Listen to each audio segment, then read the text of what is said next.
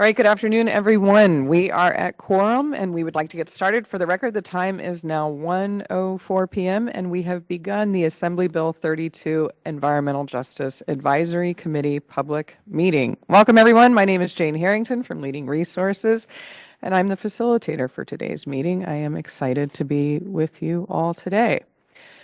To get started, I'll go over some housekeeping and logistics. Spanish interpretation will be provided in the Zoom Spanish channel for the duration of the meeting.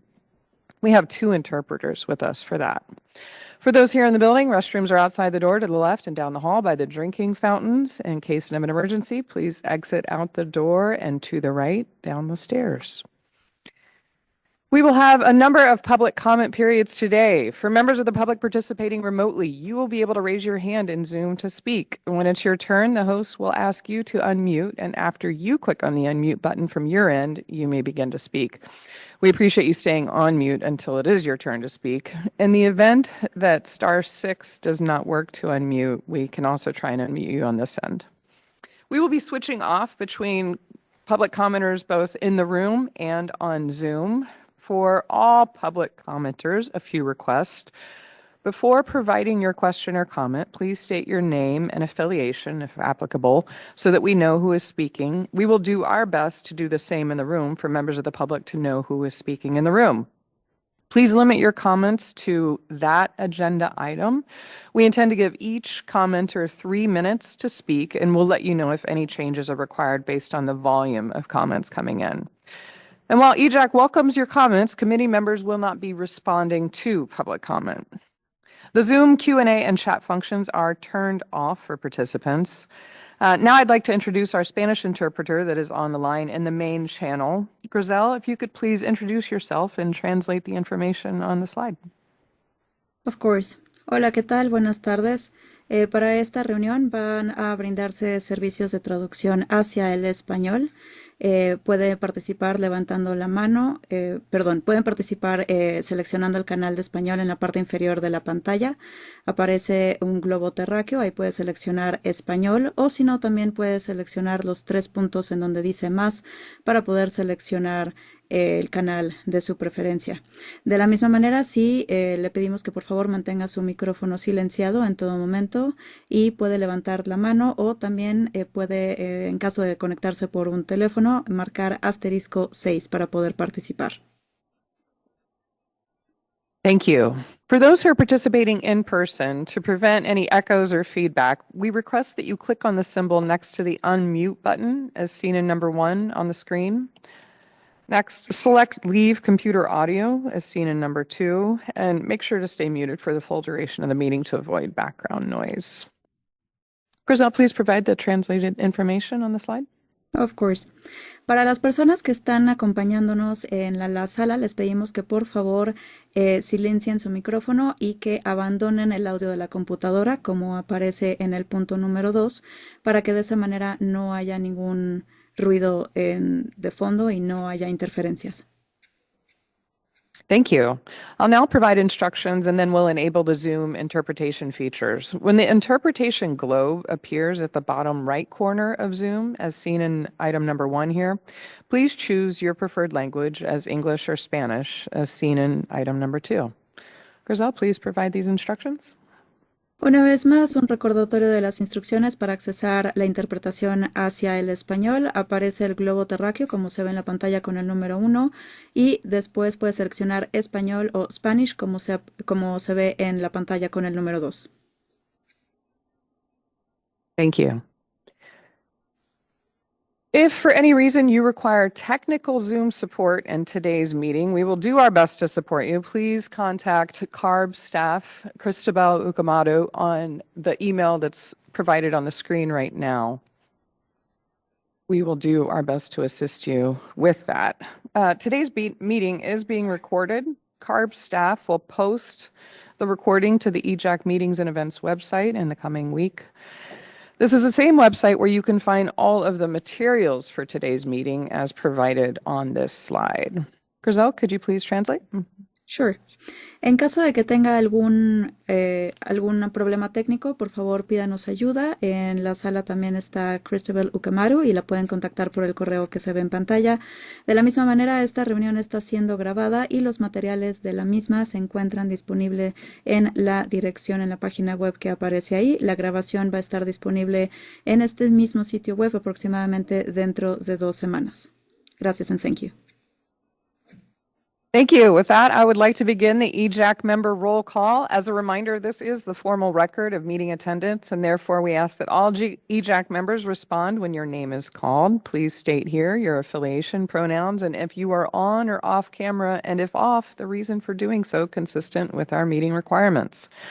For EJAC members who join the meeting later, we will be asking for them to verbally announce their attendance in the same fashion so it's clear to all participants and we have a record of who is in attendance. So to begin, Martha Dina Arguello. Good afternoon, everybody. Marcelina Arguello, she, her pronouns with Physicians for Social Responsibility, Los Angeles. Thank you. Juan Flores. Good afternoon, everyone. Juan Flores, he, him pronouns, with the Center on Race, Poverty, and the Environment in Kern County. I will have my camera on probably within the next 30 to 45 minutes. I'm driving to my office. Thank you. Dr. Catherine Garupa. Hello, this is Dr. Catherine Garupa, they and she pronouns with the Central Valley Air Quality Coalition, present here in the room. Thank you. Kevin Hamilton.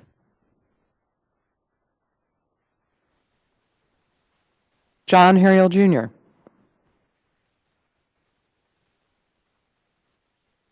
Thomas Helm. Good afternoon, everybody. Tom Helm, Valley Improvement Projects, he, him, his, attending virtually. I am working from home in a rural San Joaquin Valley town with not the greatest internet, so if I'm having issues, I might periodically turn my camera off to see if that helps. Thank you. We understand. Thank you. Matt Holmes. John Kevin Jefferson III. Ray Leone. Luis Almeida. Jill Sherman Warren. Hey, young everyone. My name is Jill Sherman Warren. I am the executive director of the Native American Environmental Protection Coalition. I am also an enrolled member of the Hoopa tribe, and my pronouns are she, her.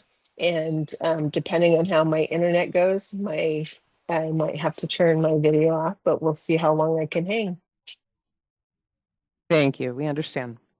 All right. We have 5 members present. We are at quorum. We will continue our meeting. I will now turn it over to our 2 co-chairs in attendance to cover the agenda and the meeting agreements.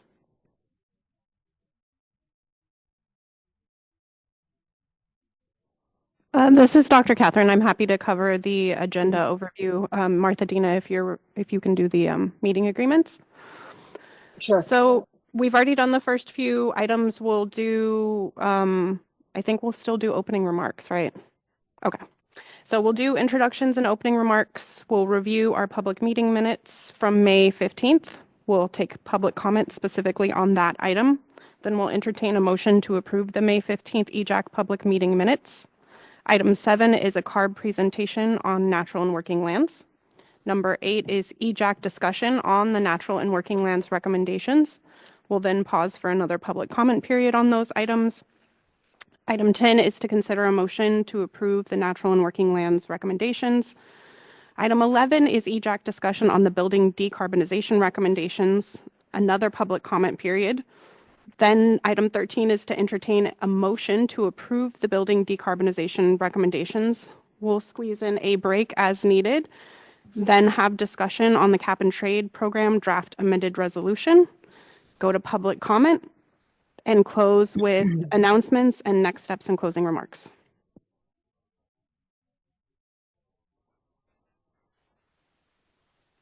Thanks.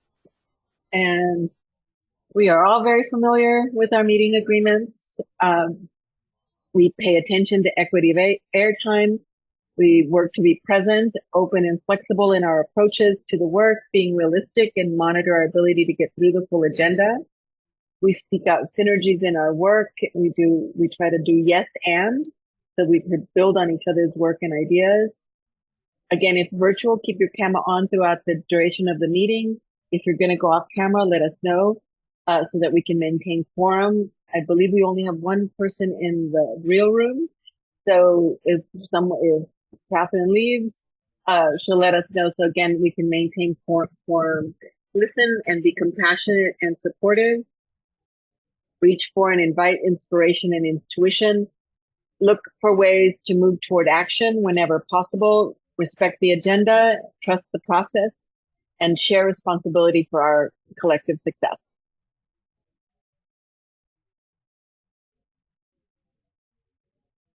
Thank you. That takes us to introductions and opening remarks. I will turn it over to CARB staff for opening remarks.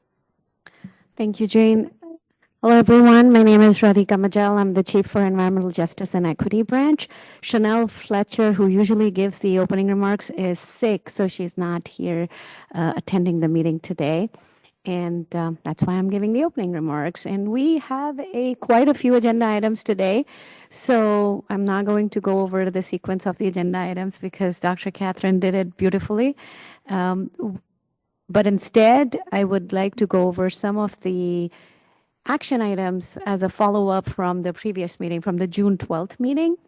So EJAC member Matt Holmes had asked that the remote sensing data from the methane satellite project be made available to community groups. We wanted to follow up on that and state that CARB is in the process of developing a public dashboard to display these plumes along with additional information. We hope to have that available in the coming weeks. And in addition, CARB will be releasing a competitive grant solicitation for a third-party administrator to manage the $5 million in grant funding to develop and implement community engagement plans in fall of 2025. The other item that Matt Holm had suggested in the last meeting was an edit to the April 17 EJAC public meeting minutes specific to the request for CARB's participation in EJAC public meeting to discuss natural and working lands and nature-based solutions and AB 1757 committee recommendations. CARB has made those edits to the final meeting minutes, and they're available on our webpage as well. We also have addressed the request of having CARB staff be here today to present on natural and working lands and answer a few questions if EJAC still has them. In the June meeting, CARB had mentioned that in the opening remarks, we had identified an error in the draft EJAC resolution on building decarbonization for the resolution language. In the resolution language, the zero emission space and water heating standards were listed as energy efficiency standards. And after discussion with EJAC during the June meeting, we changed it, which it should be the water heating standards are greenhouse gas emission standards. So that's the change that was reflected from last time. And you will see that the updated version that is up for discussion today captures that change as well. Martha Dina, you had asked last time to connect with the SB 1137 team. And I just want to report that. I'm happy to report it that meeting has been set for next week. Hopefully, you'll be able, if that time works for you, great. If not, ping us offline and we'll set up another time. Thank you. One consistent theme that we've heard from the EJAC meetings this year is the importance of co-creation between EJAC and CARB, and we fully support that. One example where we are actively supporting and engaging with EJAC as early on as possible is the zero emission space and water heater standards, and we will continue to work together on this. I also want to highlight CARB has a technical writer through the leading resources and I want to highlight here that the leading resources, Inc. has provided the technical writer that can be a great resource for EJAC. So, let's hope that we can establish a connection with EJAC and the technical writer. We hope that this resource can be utilized better going forward. I will now turn it over to EJAC co-chairs to provide their opening remarks and kick us off in today's discussion. Thank you. Catherine, did you have opening remarks that you wanted to make? Just very brief. Did you want to start or did you want me to go ahead? No, you go first. Okay. Well, thank you again, everyone, for your attendance and good afternoon. This is Dr. Catherine Garupa. As was similar a couple of meetings ago, I'm actually just back from the second part of my sabbatical. This is one of the first activities that I'm doing. So I'm looking forward to catching up and mainly being an observer today. I do have some reflections and observations from my time on sabbatical, which was really great and restorative. I would like to share those in the future and cede the time today to our robust agenda items. And with that, I'll pass it back to you, Martha Dina. Thank you so much. I do want to take a few minutes to speak plainly about the moment we're in because it matters. As we meet today, so much of what we have worked on for many years is under attack. The California Environmental Quality Act is under attack. AB 617, which was the promise to address air pollution, is being defunded, and cap and trade is about to be reauthorized. The few tools that we have to ensure transparency and community oversight are being stripped away and or ignored. And across the board, policymakers seem to be increasingly focused on guaranteeing abundance for corporate polluters, developers, and polluting industries. But let's be clear, when we center their abundance, we deny the communities that we represent the ability to survive and thrive. This is not climate leadership, it's systematic injustice. Right now, the legislature is debating whether to reauthorize the cap and trade program. That decision will shape the direction of our climate policy for at least the next 10 years. And this is a defining moment for environmental justice in California. And it's happening at a time when our communities are under attack, where justice and equity are being attacked in the most cynical and cruel fashion. We come here today carrying the weight of the things that our communities are experiencing, the lack of safety, the fear of being kidnapped on the streets. And we have to carry that, and we have to carry the battle for climate justice. So for the last decade, EJAC has raised concerns about the cap and trade program, how it allows polluters trading instead of reductions, how it concentrates harm in frontline communities, and it gives polluters a discount while our communities pay the price. We have been consistent. We have submitted recommendation on recommendation. We're each of the scoping plan. We now are passing resolutions. We have offered alternatives, and too often our work has been ignored or sidelined. What we need now is real change, and we need the legislature to listen. What we're calling for and have been calling for is an elimination of offsets, which let polluters pay to pollute while our families breathe the consequences, eliminating free allowances, creating no trade zones, and we need enforceable direct emissions reductions, not promises, not plans, but real zero action. Cap and trade was never supposed to be the main solution. We need to stop treating it like the centerpiece and start building real strategies that deliver clean air, climate action, and a just and fair transition for workers that supports a truly democratic economy. So today I'm asking that as we go through today's agenda, that we consider that the EJAC send a letter to the legislature outlining our recommendations so that they can hear directly from us what justice looks like and what good climate policy looks like and what we need them to do. And one more thing, let's not fall into the trap of fear mongering. We know affordability is real. Our people are worried about gas prices and utility bills, but we're also worried about asthma, cancer, and dying too young because we don't have clean air to breathe. We don't accept this false choice between affordability and health. We need to do both, and our communities deserve both. Our communities have given everything to the state. It's time for climate policy to give something back. Thank you. Thank you, Martha Dina. I note that we have two committee members that have joined us, so I will invite Matt Holmes and Luis Almeida to state their attendance. Go ahead, Matt. Matt Holmes, California Environmental Justice Coalition, he, him pronouns. Thank you. Luis?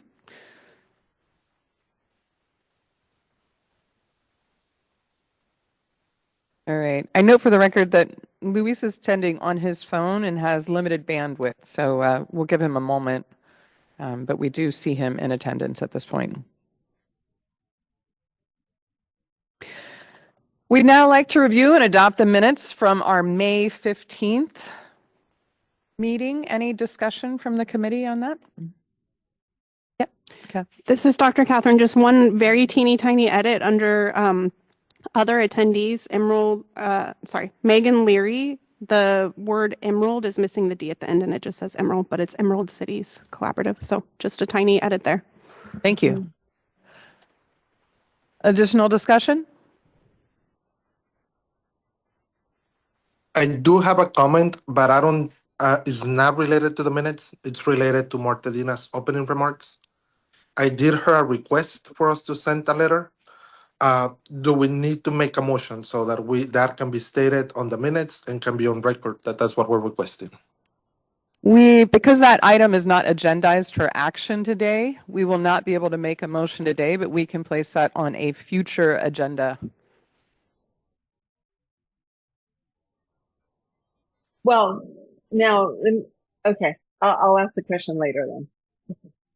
Well, this is Dr. Catherine. I'll just say, as the convener of the Carbon Markets Work Group, that's also something that we can take into discussion offline and decide on doing in the interest of time, because we may not want to wait for the next meeting. I Yes. think if we want to discuss that more as a committee, we can also discuss that under the resolution item that appears later on our agenda. Yep. Perfect. That works. Great. Thank you all. Back to the minutes. Any additional discussion on the May minutes?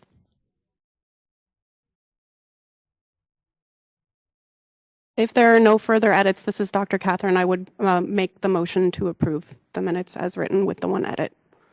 Wonderful. And before we move to vote on that motion, we will now take public comment.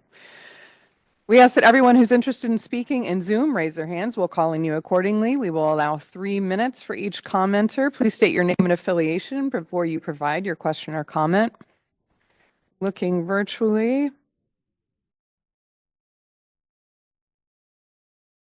Seeing no hands raised virtually. Looking in the room, seeing no one to make a comment. I'll give it just a moment.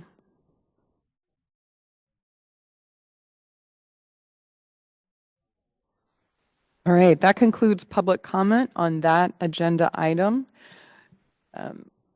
We have a first motion on the table from Dr. Catherine Garupa. Can I get a second? So Second.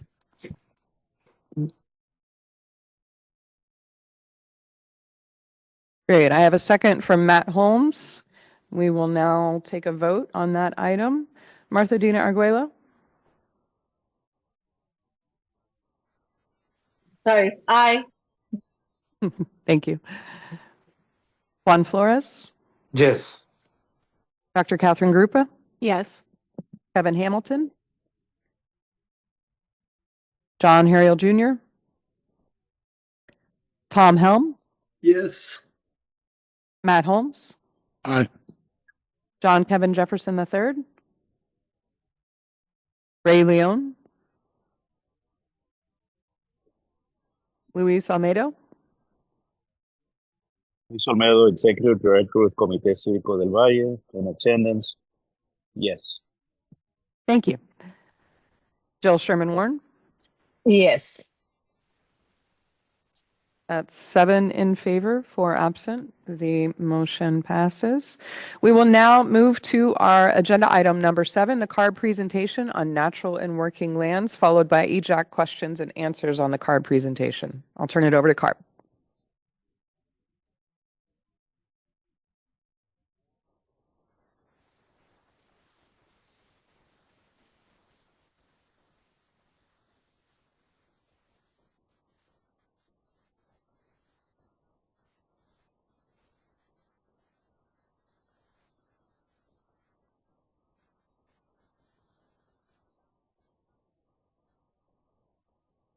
Hi, this is Rajinder. I think we're a little bit ahead of schedule and the team is just getting online right now. So if you could just be patient for another minute or two, that would be really appreciated. Thank you. Thank you. The time's now 1:28. We'll give it a minute or so and monitor for them joining. Thank you.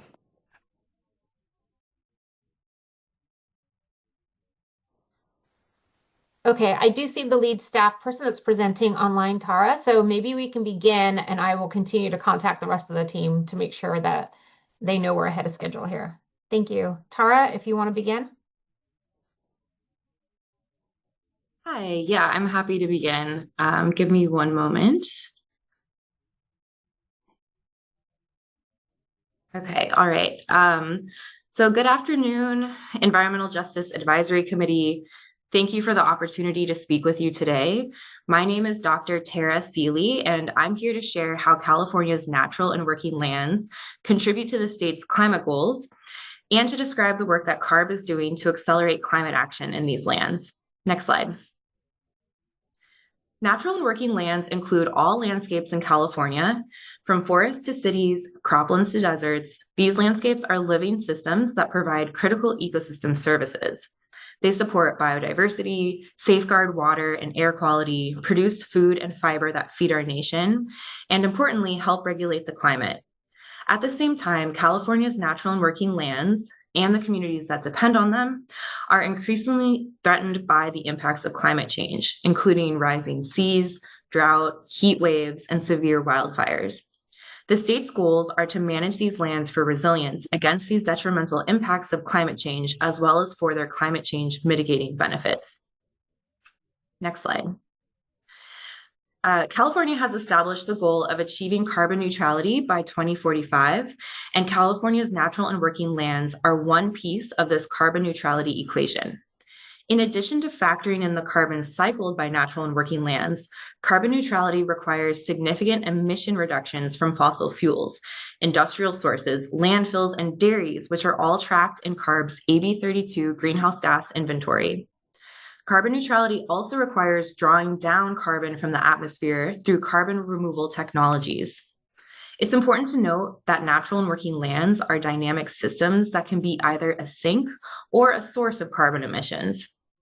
CARB's natural and working lands carbon inventory tracks changes in carbon stocks, which actually represent the net balance of carbon emissions and removals that are driven by climate, land use change, management, wildfire, and other factors over time. Next slide.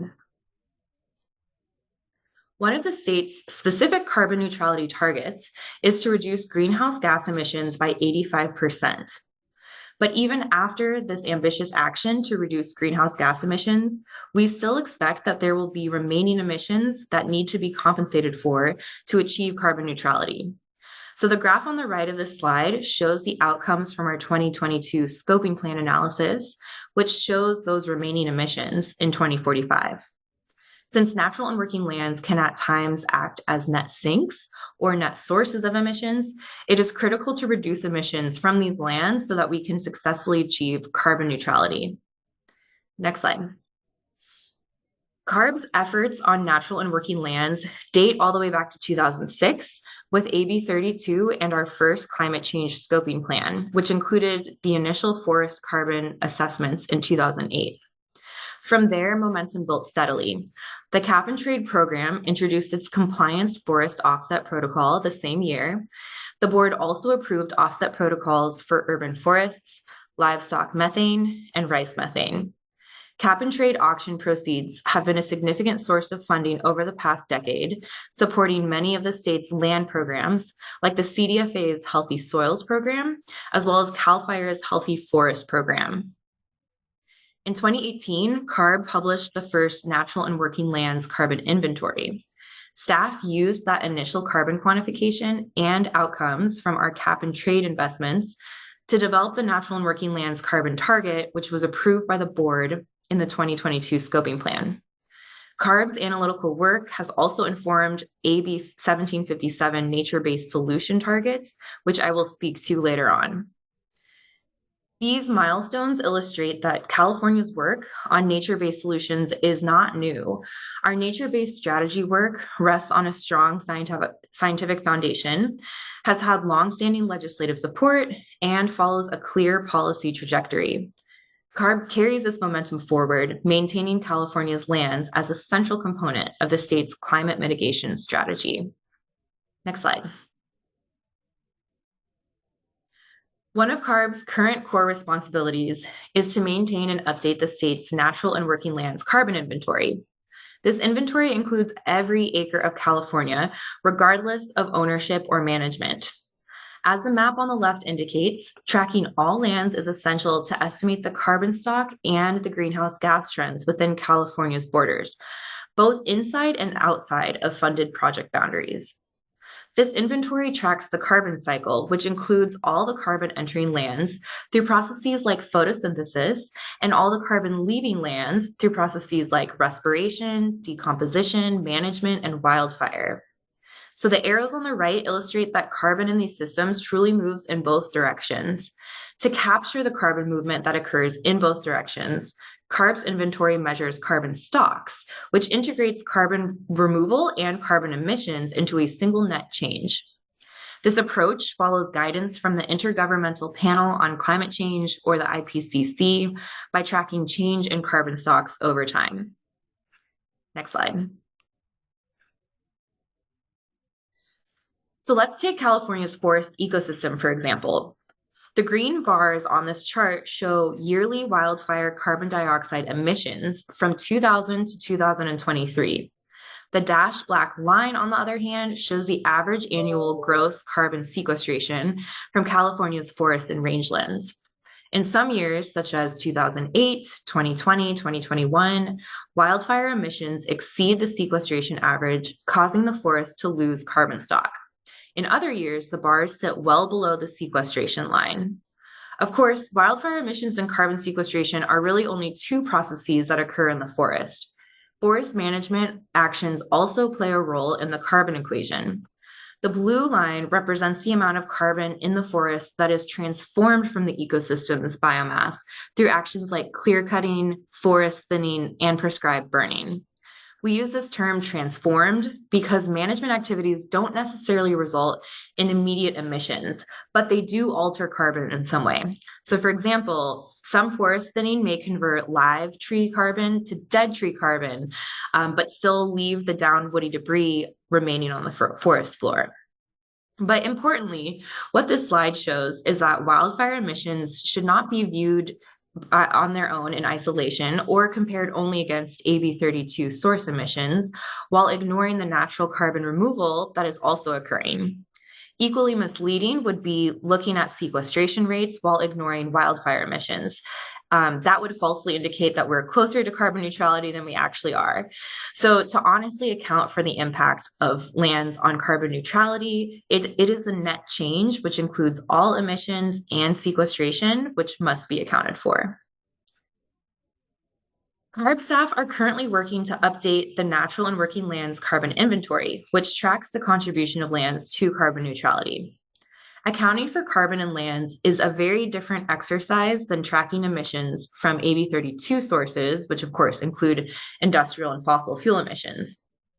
Natural and working lands are the largest, most complex system in the state, and accounting for carbon in these lands is a complex and scientifically challenging task, especially when considering how we have to incorporate land management, climate action, wildfires, droughts, and other natural disturbances.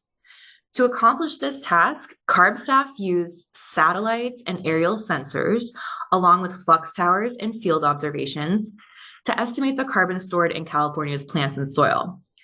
The inventory spans from 2001 to as current as possible and accounts for carbon in harvested wood products as well. This work is constantly evolving, and we're excited to share that we are currently working on a 2025 inventory update that will introduce major methodological enhancements, providing the most comprehensive accounting of carbon stored in California's plants and soils to date. Next slide. Nature-based solutions are one of the most powerful tools at our disposal for improving outcomes from the land. Nature-based solutions describes actions to manage and enhance lands that address societal challenges. They provide many benefits, including those listed on this slide. Nature-based solutions are central to California's strategy for leveraging our landscapes to meet the state's climate goals. Among many examples, nature-based solutions include healthy soils practices on croplands, fuel-reducing treatments in forests, and urban and community greening projects. Over the coming years, we are anticipating billions of dollars in private and public investments made to support these solutions. Next slide. So, what does the long-term trajectory of greenhouse gas fluxes from our lands look like? We examined this question in CARB's 2022 scoping plan and identified an ambitious level of natural and working lands climate action needed to ensure California loses no more than 4% carbon stock between 2014 and 2045. The findings of the scoping plan, which are also substantiated by independent research, indicate that California will most likely lose carbon over the coming years, no matter what we do short of reducing all fossil fuels. With that said, through accelerated and thoughtful application of nature-based solutions, carbon losses can be minimized, and importantly, the negative impacts from those losses can also be reduced.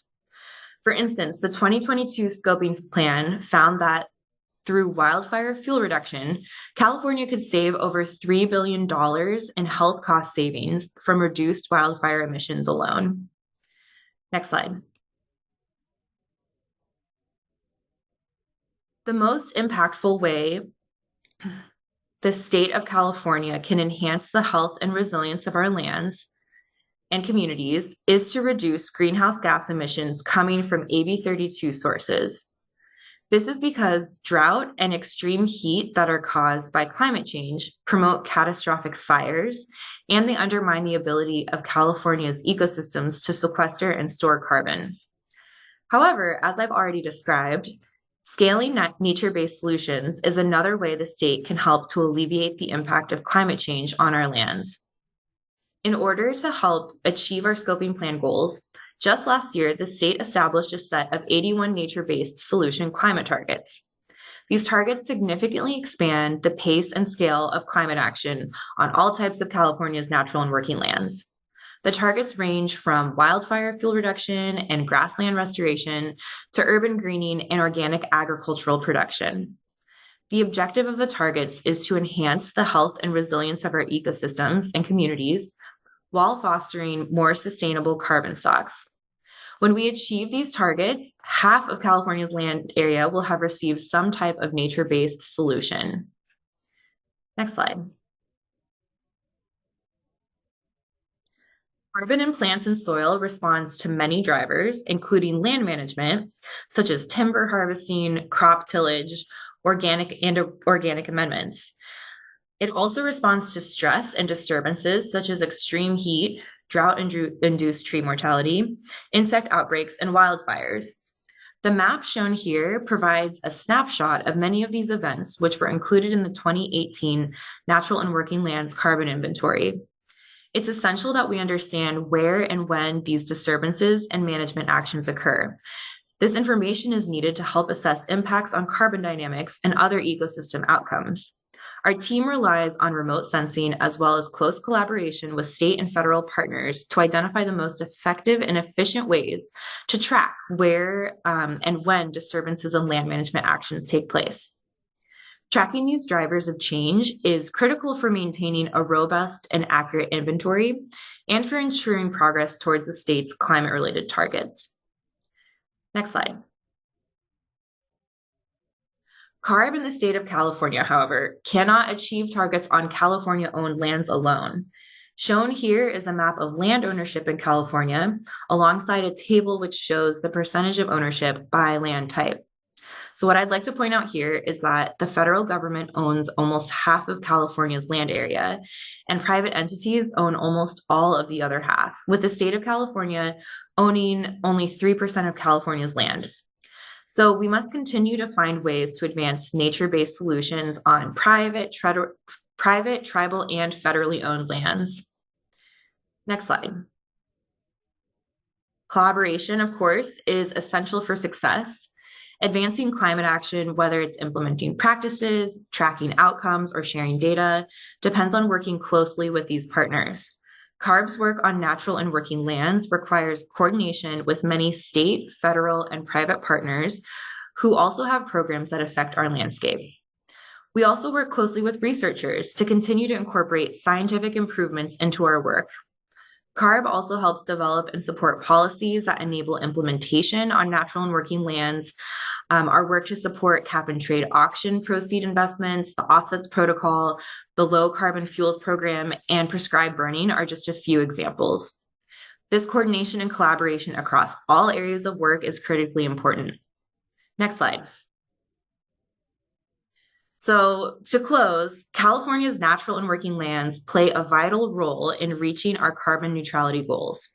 Nature-based climate solutions will be essential to limit carbon losses on these lands to no more than 4% between 2014 and 2045. These landscapes are highly dynamic and constantly changing, so we use cutting-edge science and technology to track trends, measure co-benefits, and understand trade-offs with other ecosystem services. CARB continues to lead in carbon monitoring and natural and working lands climate science. And throughout all of this, collaboration remains at the center, helping to link science, policy, and action through strong partnerships across agencies and sectors. And with that, I'm going to conclude my presentation, and I want to thank you all once again for your time and your attention this afternoon. Thank you.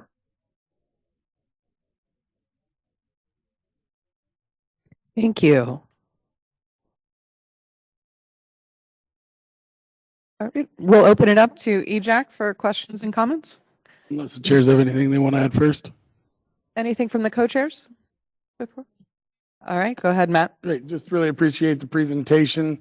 Thanks for bringing us like an official update on the natural and working land scenario.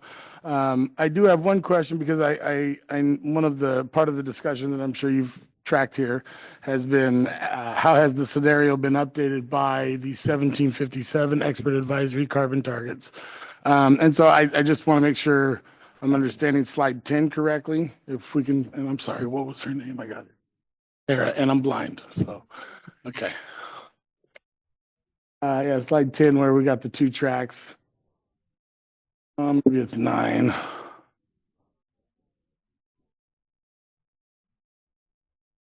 I'm looking at it.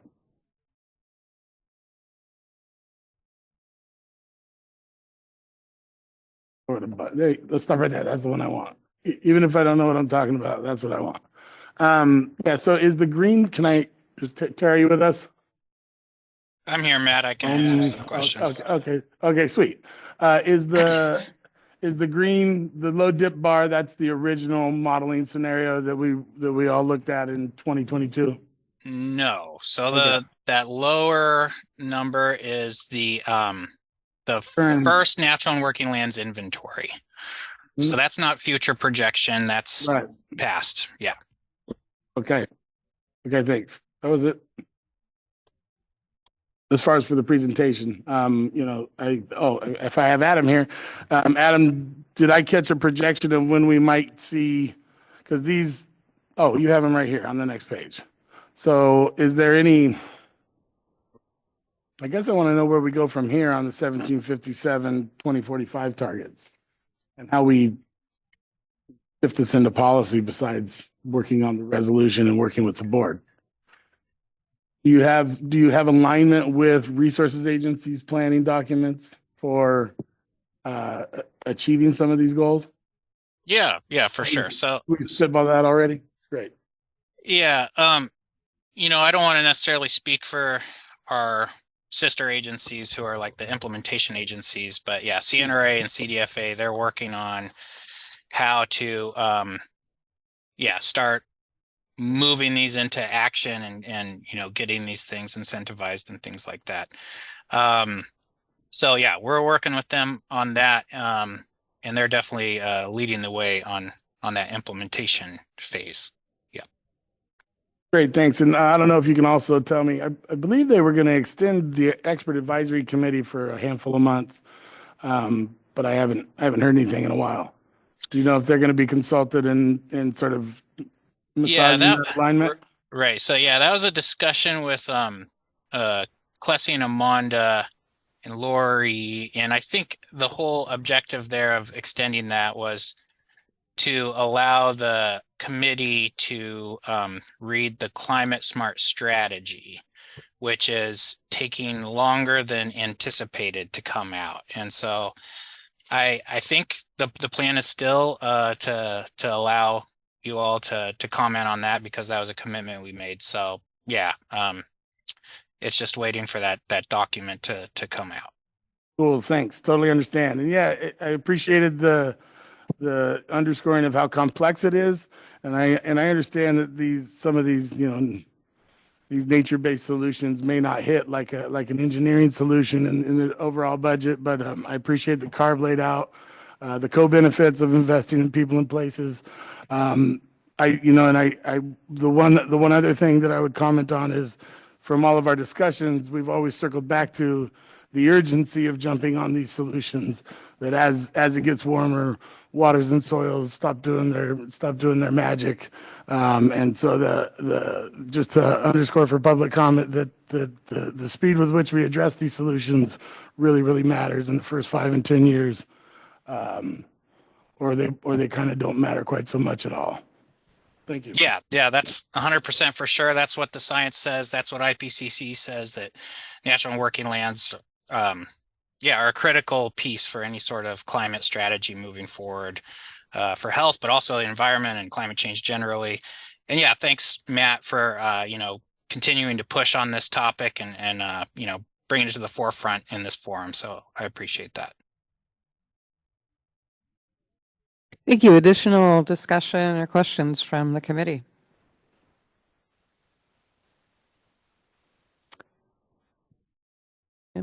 And actually, I'm going to pause here. It looks like we have committee member Kevin Hamilton has joined us. Kevin, can I invite you to state your presence? Hi, yes. It's Kevin Hamilton from San Joaquin Valley Medical Advocates for Healthy Air. Sorry, I have a little family thing going on with the brother that suddenly ended up in the hospital. But I'll be on this afternoon, except as I have to get off to take calls. Great. Thank you. Thank you, Kevin. Good to have you. All right. I'll return to the committee for additional discussion or questions. Looking virtually, any of our committee members attending virtually?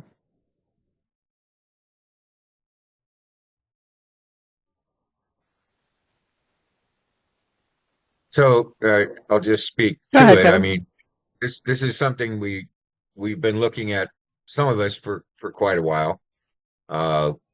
We think within California, it's pretty straightforward to be able to estimate the amount of carbon that we can sequester through these nature-based solutions.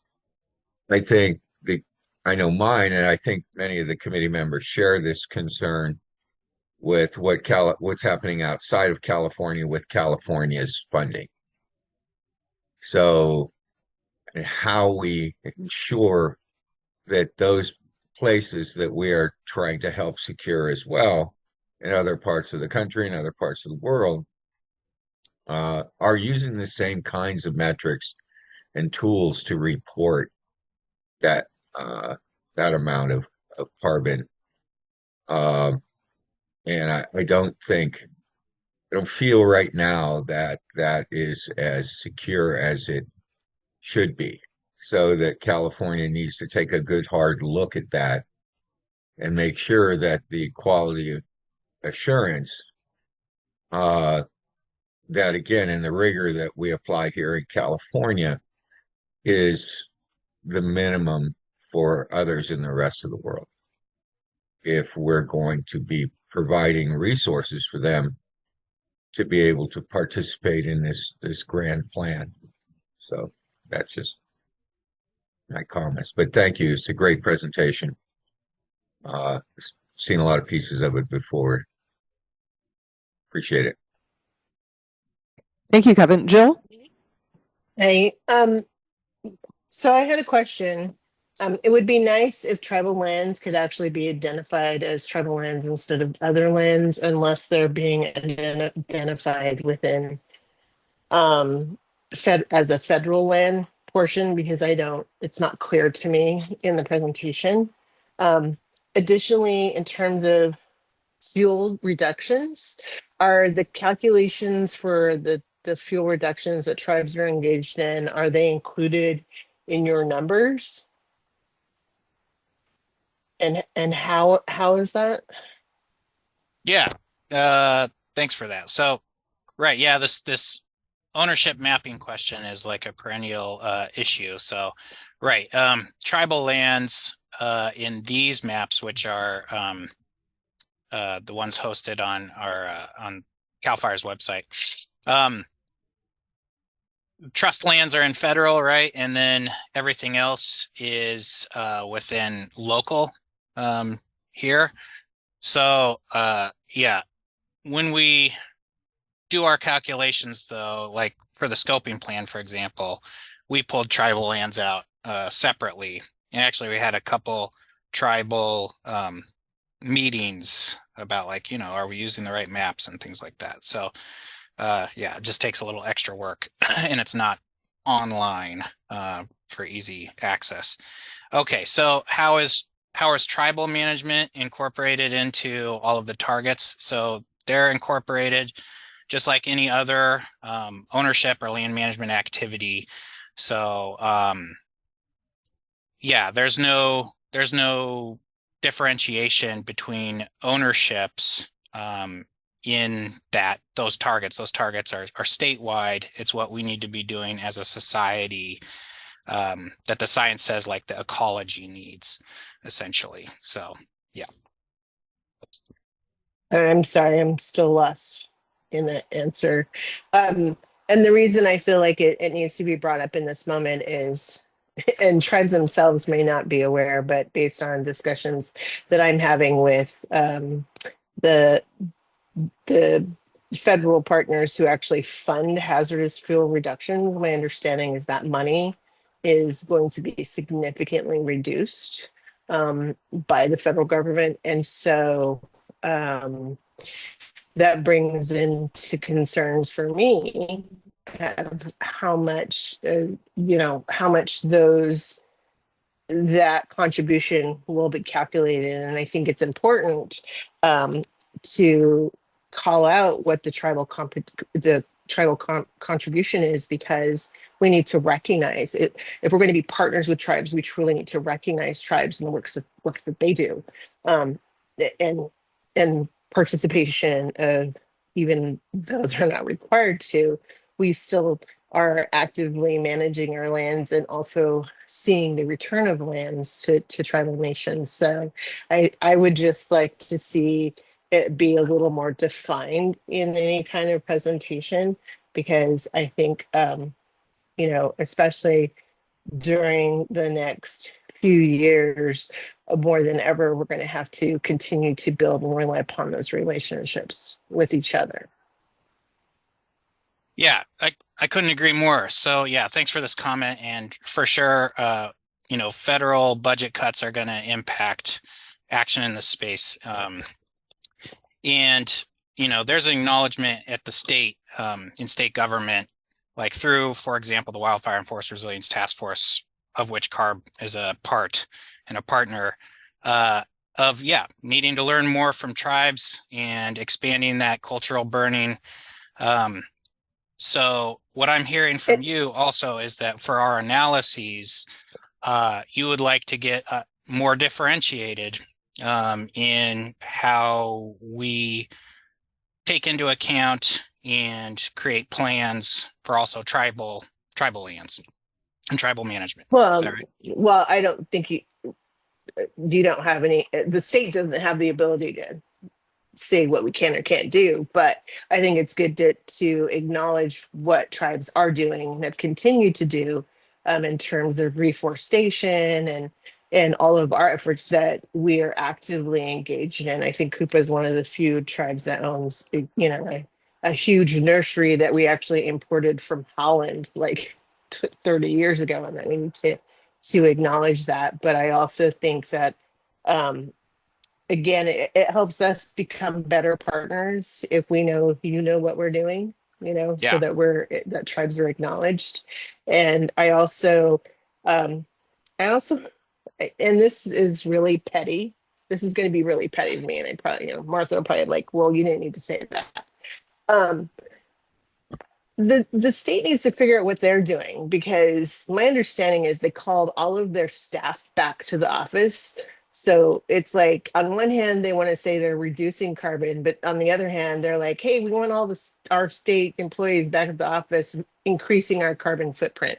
So I think there needs to be like some sort of, like, again, is the state speaking out both sides of its mouth? Like, how does that play into it? Because we all can quickly, think back to COVID and how well our air quality recovered so quickly once there were no cars on the road. So I think we need to be uplifting policies that keep workers, just like this meeting. We're not losing much in this engagement by being virtual, and we need to see the benefits of that. Because I'm sure if all of us were flying in, that's another big increase of your carbon footprint. So those small things can add up to be big things. And I just want to take a moment to acknowledge that. Thank you. So Jill, this is Rajinder. Before you move on, I want to make sure that I respond to some of this because you raised a couple of really good points here and very timely points. In terms of being able to elevate and make it known what tribes are doing and what they're contributing to overall state targets, I think that data is critical now more than ever, because what we're going to see and what we're already seeing is the removal of data at the federal websites, the lack of collection of data, so that this federal administration can then put out a narrative, any narrative that can't be challenged because there's no data to actually fact check them. So I think your point about being able to continue some of the collection and increasing the transparency of data that shows people are actually still caring about the environment and public health is really important. And we need to step up more. And I know other states want to step up more to make sure that we do that, because our hope is at some point there's a federal administration that wants to rebuild all of this information infrastructure, and it's available when that time is right. So we have to fill that gap. We have to make sure we keep these systems going. So that absolutely is a priority. And if you have very specific ideas of what you think is meaningful data that's going to be lost or is being lost, that you want us to think about how we can keep it going with our other state partners, would welcome that input back to CARB, because it is an active conversation here right now. How do we keep some of those things going? On the state carbon footprint, I'm not going to get into the whole RTO, the return to office, because there's a lot of feelings on this and it's really raw for people. But I will say that the point that you make about the state walking the talk and not just talking the talk is important. And there is statute that requires California state government operations to reduce their greenhouse gas emissions and work towards carbon neutrality. That was a Senator Becker bill that passed a few years ago. So yes, we should also be doing what we're asking others to do. Well, I just want to say, I know that it's not you, but I mean, again, even the politicians need to understand what the stakes are in this effort and their actions. And again, we can't be speaking out both sides of our mouth. It just doesn't work. So I'm going to keep bringing that up, because either we're walking the talk or we're just in dreamland. Maybe we're all on LSD and we don't know it. I'm just saying, I'm being wild. Thank you. Thank you, Jill. I see Tom's hand up, and then Dr. Catherine Grupa, and then I believe maybe Matt Holmes. Tom, go ahead. Yeah, thanks. And this might be a question requiring an offline discussion or response. But I know for us in the Valley, something that struck me part of this conversation, the organic crops goal of 20% by 2040. I know that all crops aren't created equal as far as the ease at which they can go organic. And as many folks probably know, we got a lot of nut trees, especially almonds, which from my understanding is a little more difficult to go organic. And there's been this ongoing conversation. I know it's come up at some of these meetings about, the long-term planning for having tree crops and the use of the agricultural waste and biomass as like a long-term economic, planning, that using biomass for energy and bio products and things like that. And it's definitely come up with Sigma, and now I'm kind of thinking of it as this pesticide or this organics goal.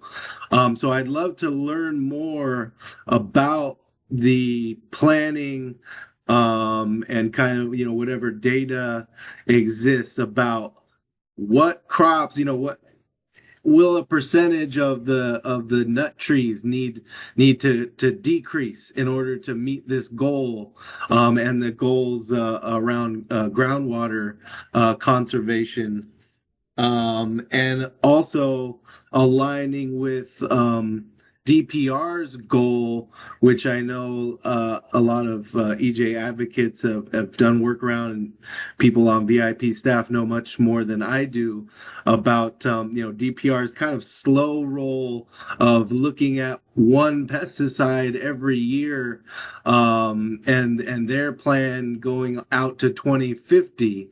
It seems like that if that's their plan, that they'll need to readjust and speed things up. So again, that might be a big question that's not going to be answered right now, but any information that folks do have, I'd appreciate it. And if that needs to go offline for that as well, I'd definitely be interested to know, really diving in on kind of the analysis of what the future of San Joaquin Valley crops, what it means for organics and climate change and water conservation, and then this whole economic future of using biomass as our main driver of our local economy. So just wanted to put that out there. Thank you. Thanks. Yeah, I'll just real quickly.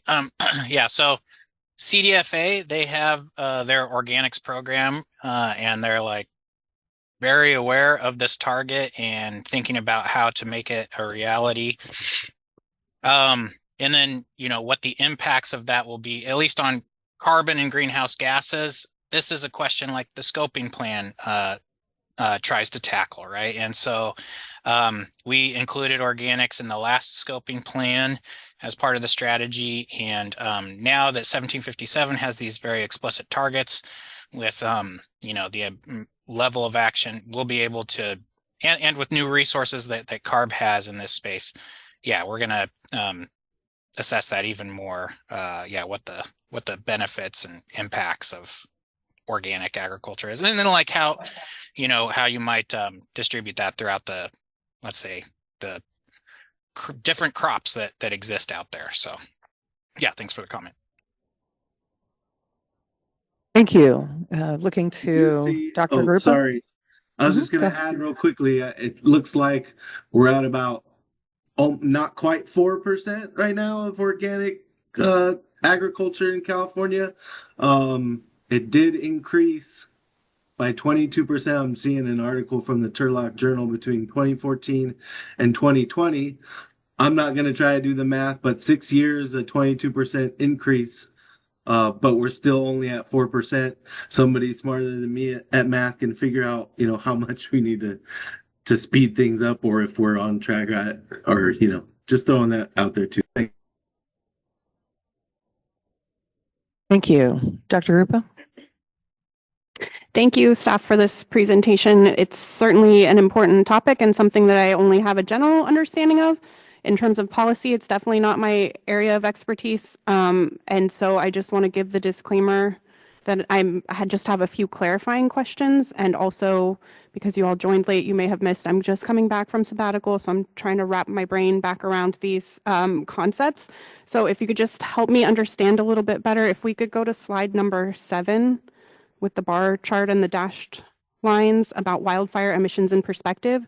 So I understand the green bars are emissions from wildfires, and the blue dashed line across the bottom is what you were talking about, the forest transformation, which could be a good thing, it could be a bad thing, it's just that the forest changed.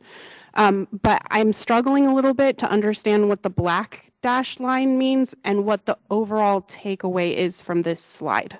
Yeah, great. Thanks.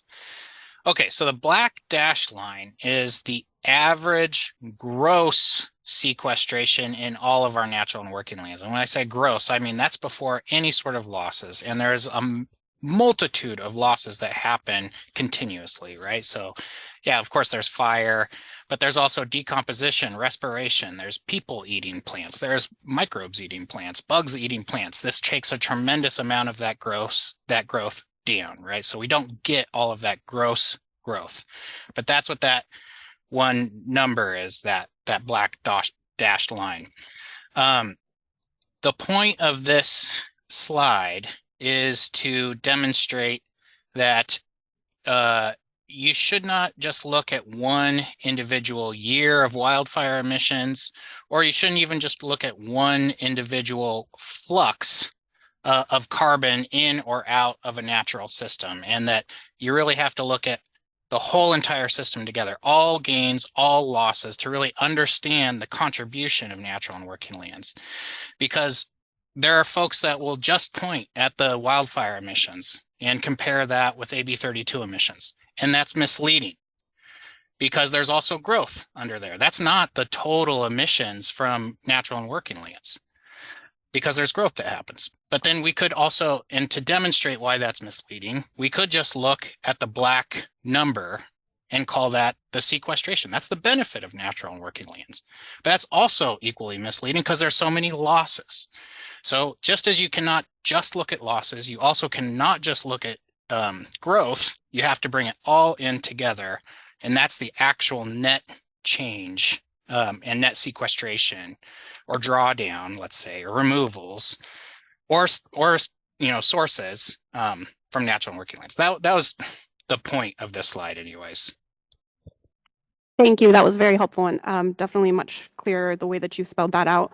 I agree with you. It's definitely important to consider the long-term perspective on these issues. And I'll just name, I've heard legislators point to specific wildfire years and be like, well, why are we trying to reduce carbon emissions? Because the wildfires are wiping it all out. So I'll just call out the fact that it is much more complicated than that. And we definitely need to be more nuanced in our conversations. Just because we have bad wildfires doesn't mean that we should just like stop trying to reduce carbon emissions in other regards. That being said, and being nuanced myself, I also would be remiss if I didn't point out that because of the accelerating impacts of the climate crisis, we do have increased wildfire risk. And there's been research showing things like that the recent wildfires in Los Angeles were worse because of the effects of climate change and the increased drying out of vegetation and the hot winds blowing in from the inland part of California. So again, definitely a very complex issue, and really appreciate your explanation of this slide, because I definitely did not get that on the first time around. So then my next question is on the slide a few forward. I think it is slide number 10 that says 2022 AB 32 scoping plan update. So the first sub-bullet under carbon target, it says lose no more than 4% carbon stock from California's land. Again, I'm just a little bit unclear on the use of the word carbon stock. Is that the same thing as saying carbon sequestration, or if you could just explain that to me a little bit So more? the carbon stock is the amount of carbon that exists at any one moment in time in all of the vegetation, in all of the soil, in all of California. That's our carbon stock. Okay, it's just a big pool of carbon. And so what this graph is showing is that we anticipate that into the future, even with accelerated climate action, we're going to be losing that carbon stock. So the amount of carbon within forests, soils, agriculture, parks, deserts, all of it, wetlands, is going to go down. But we can mitigate a lot of that loss that would happen otherwise through action. And additionally, the choice is not whether really are we going to lose carbon stock going into the future or not because of climate change. It's how we lose that carbon stock. So we could lose it through unmitigated catastrophic wildfires, drought-induced mortality, crop failures, things like that. Or we could lose that carbon stock through wildfire fuel reduction activities and better land management practices. So yeah, that's what carbon stock is. And this is what the 2022 scoping plan found, is that we anticipate, and other science also indicates that. That's what that gray shadow is actually, is independent research outside of CARB that also indicates California as a whole is likely to lose carbon stock into the future. Thank you. That was very helpful, and that concludes my questions. Thank you. I have Matt Holmes and then Kevin Hamilton. Yeah, I just had two brief comments. One, that can we go back to the forest slides, please? We would be remiss if we didn't point out that contained within the transformed figure, one more, the forest one. I mean, the forest bar chart. There you go. Yeah, that contains really clumsy forest thinning practices being implemented by local land use authorities all over the state, and these are torn up forests that have been proven to burn hotter and faster and to exacerbate the impacts of wildfires. And so misalignment through regional and local planning is still costing us a great deal of trees. So it's not entirely a natural loss. If we're losing 4%, it's not all entirely natural. It's due to a lot of mismanagement, and we need alignment across agencies. And then really quickly about the tribal issue, we're fortunate to have Jill here. I also hope that this doesn't substitute for like a formal sort of delve into how we can represent tribal contributions. And I would recommend that CARB follow its parent agency's tribal consultation protocol. Thank you, Matt. And apologies, I took a comment out of order here. So Luis, I've got you and then Kevin Hamilton. Thank you. Thank you. I just had a question. Is there an analysis, or is there a plan to do an analysis on AB 131, known as the abundance bill, that aims to either exempt or fast track CEQA around housing and a very broad development approach, including advanced manufacturing, renewables, a lot of which would impact not only populated areas, but also forest areas, working lands. We've seen that happen already. So is there any analysis that CARB plans to do or has done in regards to the carbon potential impacts? So yeah, that bill just passed, right? Just a couple weeks ago. So we're still evaluating it, and yeah, nothing's done yet, or on the docket, so to speak, currently. Thanks. Thank you, Matt. Oh, I'm sorry. Go ahead, Luis. No, just one more question. So there was CARB did not inform on the potential carbon impacts, or I think I'm understanding that right. It's just something that will be done in the near future.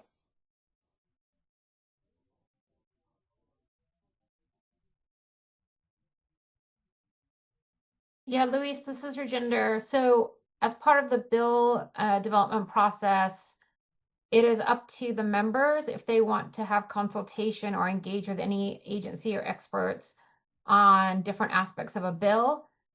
We were not asked to be part of any evaluation of that bill as it was being worked through. but certainly we want to make sure that we understand any implications for conversion of land and loss of existing land that is sequestering carbon to any kind of development. Thank you, Regina. One more question, Regina. In these situations, excuse my ignorance on how this process works, but would the agency proactively provide comment or only acts upon request?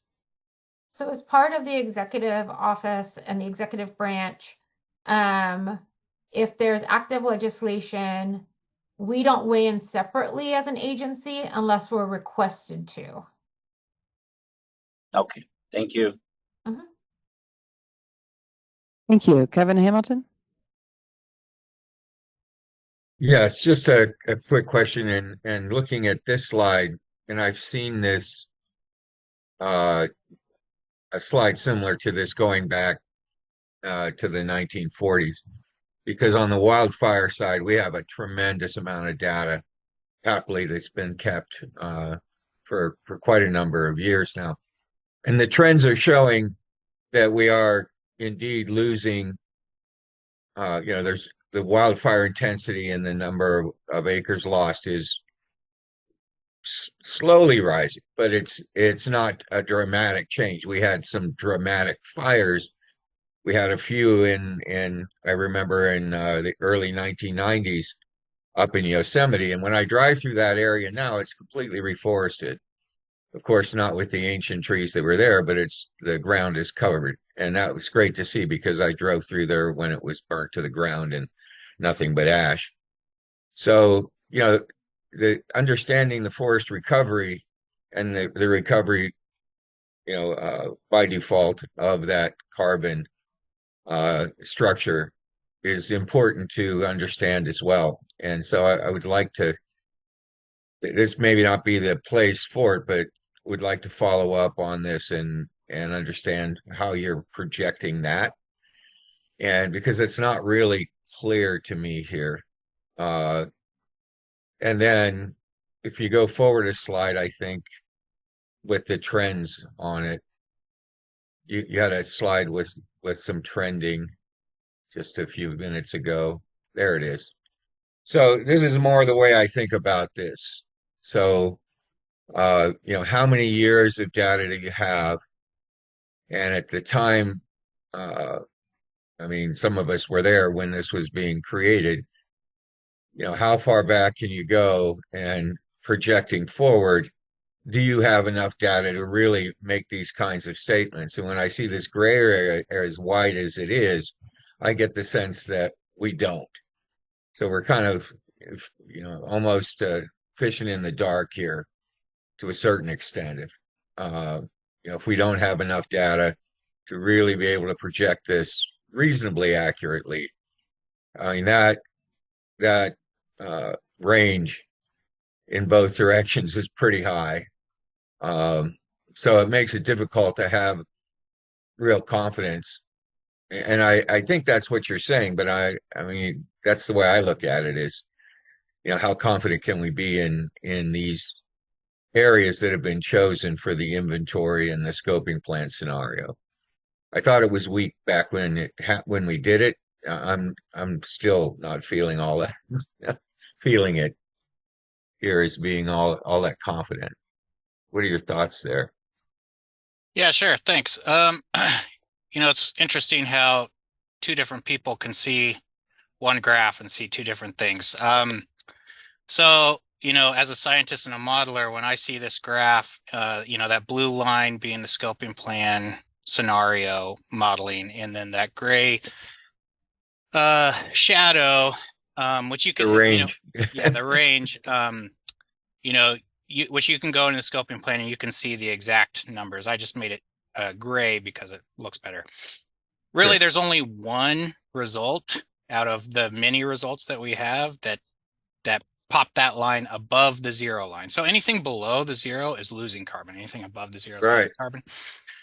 So out of all the independent research, only one result actually showed us gaining some carbon, and everybody else shows us losing carbon into the future.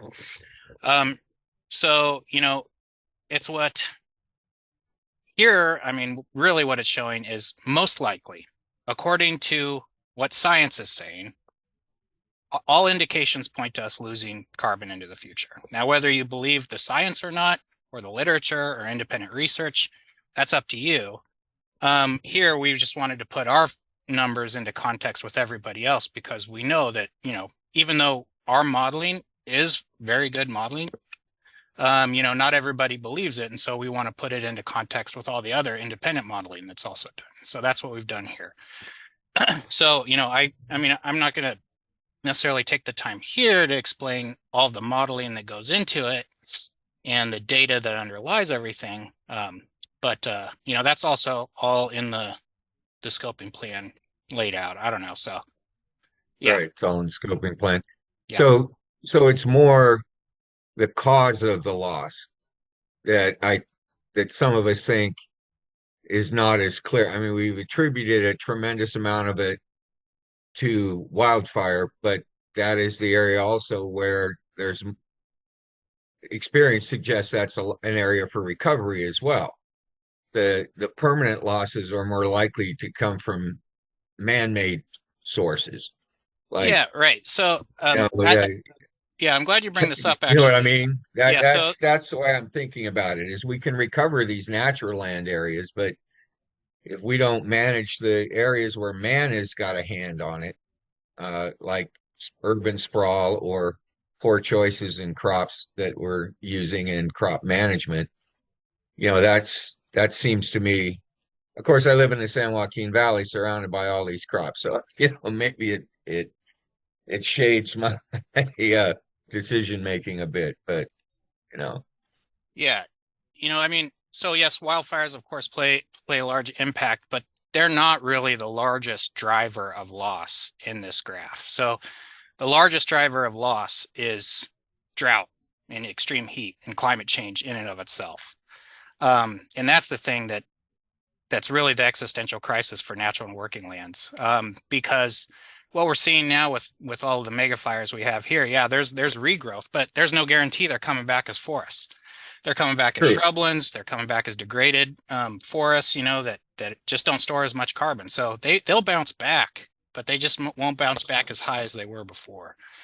And additionally, it doesn't get a lot of press because it's not fire, but just drought-induced mortality, bug kill, pests, disease driven by climate change actually is really what's driving the vast majority of losses across California. So wildfire is definitely important, and it has like massive social health implications. But in terms of carbon, drought and climate change are the largest drivers. That just kind of goes to the point that's been made, that letting the folks who have been managing these areas for hundreds of years and using strategies that allow for pretty close to full recovery of forests, and understanding the situation, and as the climate's moving, making adjustments based on their observations and the history that they have with it, is probably a pretty good idea that is underplayed way too often. You don't have to respond to that. That's just a statement. All right. Thank you. So I'll note from the facilitator's perspective here, it's about 2:30, and we do have a number of items to still go through. So I want to check with the committee, see if there's any additional discussion or questions before we move to the recommendations on this, which I believe is agenda item number 8.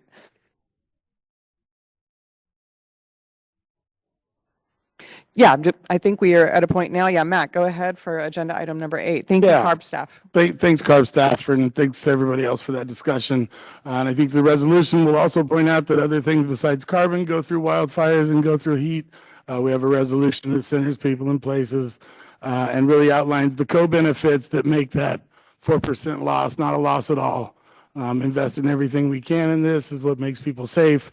And so there's, we're only going to hit the top of that gray area on the chart if we hit full throttle on the things that we need to do urgently. So the resolution has been presented. We discussed it. There have been a few additions since the last meeting. I don't know if anybody has any questions. So are we opening up to discussion and questions from the committee right now on the resolution? I believe so. I think people have a right to talk about it right now. Yep.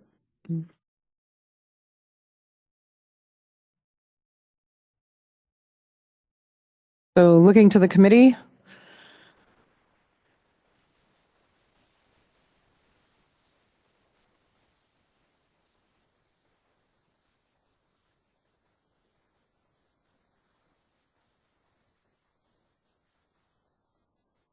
Not my area of expertise, so I'm really relying on members who've worked on these issues to help provide us some guidance. Thank you, Martha Dina. I couldn't hear anything Martha Dina said there. She said it's not her area of expertise, so she's relying on other committee members.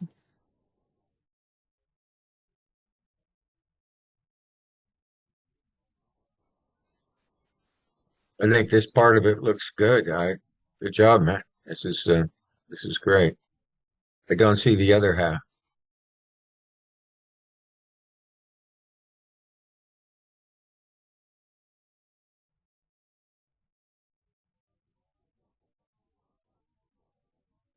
And a reminder to folks, these materials are available on the website.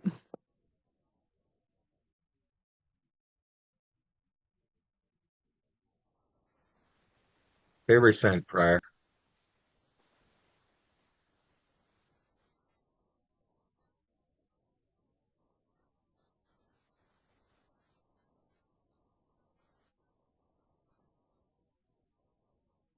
All right. Do we need another moment to review, or has everybody had a chance to take a look? Any questions or comments?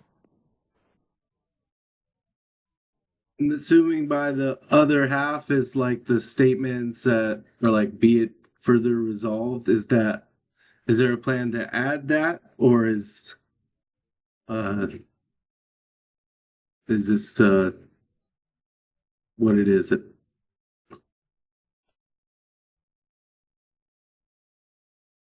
It's missing some recitals. The only thing that I thought of, which may be part of that,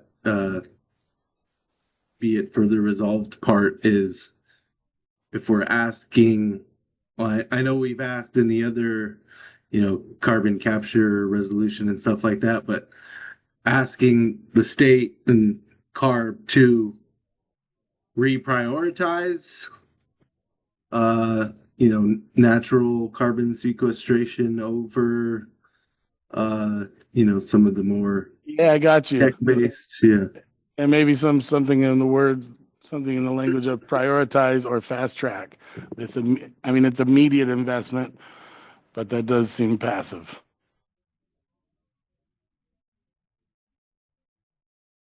I'd settle for immediate.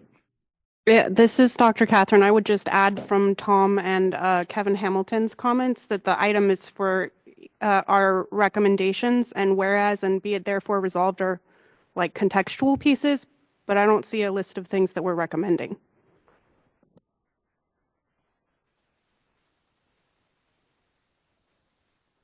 Thank you, Catherine. That's exactly what I was trying to say. I don't see the other half of the document.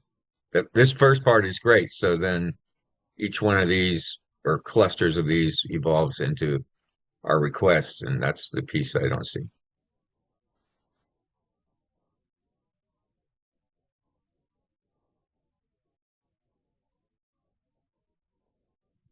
Are you looking perhaps for a recommendation to prioritize nature-based solutions over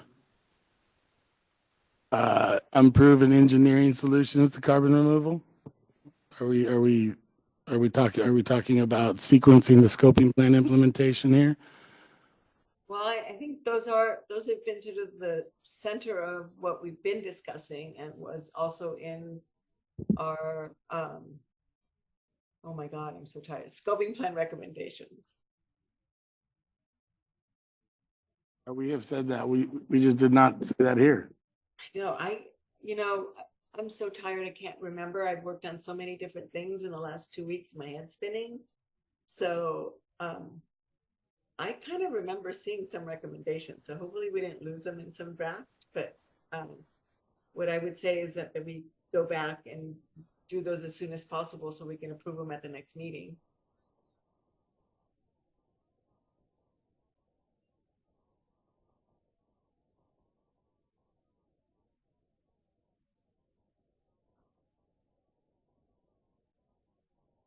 And then we actually hear from the committee what else, those, and they're, closer reading, some of the recommendations are sort of embedded in the whereases, and maybe we just need to edit so that we recommend X, Y, and Z. What do you think, Kevin, Matt? I like the moral imperative. I'm fine with adding language that be it resolved that immediate investments be prioritized of and in lieu of. Okay. Yeah, if you want to, I mean, do we need to vote on this today? No, we do not. We could do a vote in August. Yeah, Matt, if I'm happy. You got this a long way. I'm happy to work with you on that second section, the recommendations. So this is Radhika. I just Unless want to you've got a clarify. group that's already working with you on that. But right now No, it's I'd half a appreciate your help. document. This is Sorry, Radhika. Rebecca. No, that's fine, Kevin. Just wanted to clarify, this item was agendized for voting, but what I'm hearing is that more changes are expected in the draft resolution. More changes are coming, so we can take it for voting and approval in the next meeting. I think that's what we're doing. Cool with that, Matt? You good with that? Absolutely. No, we want to get it right. Yeah, I just see from what I've heard, maybe there's more, but what we just said about the prioritizing it over some of the other plans and the timeline, like you said, Matt, about why it matters that it gets done sooner, and if it takes too long, there'll be negative consequences to that. I'm not sure what else folks might want to put, but yeah, I think we buried the lead. I think we did not we weren't explicit enough with what we were expecting.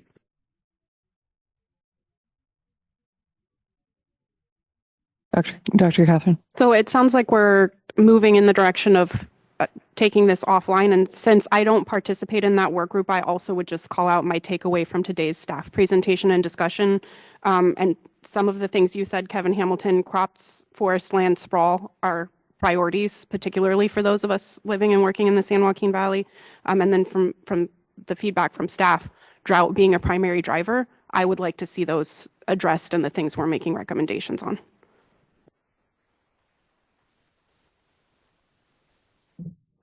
All right, I believe that concludes discussion on this item, and we will not be taking action in this meeting on this item, and so we will not be having public comment on this meeting. We will take that in the August meeting when we do if we do take action on this item. We will now move to agenda item number 11, EJAC discussion on the building decarbonization recommendations. I'll turn it over to EJAC to lead this discussion. I have a feeling we may be in a similar situation with the building decarb. When a bunch of us worked on it, I somehow got locked out of the document last week and didn't get back to it. So I know that, we may need to also make some changes on this. Hey, Martadina, I can hear you, but just barely. Okay, I'll put my headset on. Sorry. But we need to hear your dulcet tones, as my grandfather would have said to me. Okay. Yeah, I try to avoid the headset There we because go. it gives me a headache. Yeah, That's better, much better. Okay. So I'm a little worried that we're going to have a similar situation with this resolution. but there's a number of us who do work on building decarb here. So hopefully we can get this out. If not, we might also have to make some tweaks between now and the next meeting. If we could go to the recommendations pretty quickly there, just and to stop at the paragraph that doesn't start with the word be. So, and again, everybody needs to review this, but from my perspective, all that we need to have is be it resolved. I'm sorry, this is the hospital calling me. I gotta take this call. Thank you, Kevin. Other members of the committee to continue the discussion?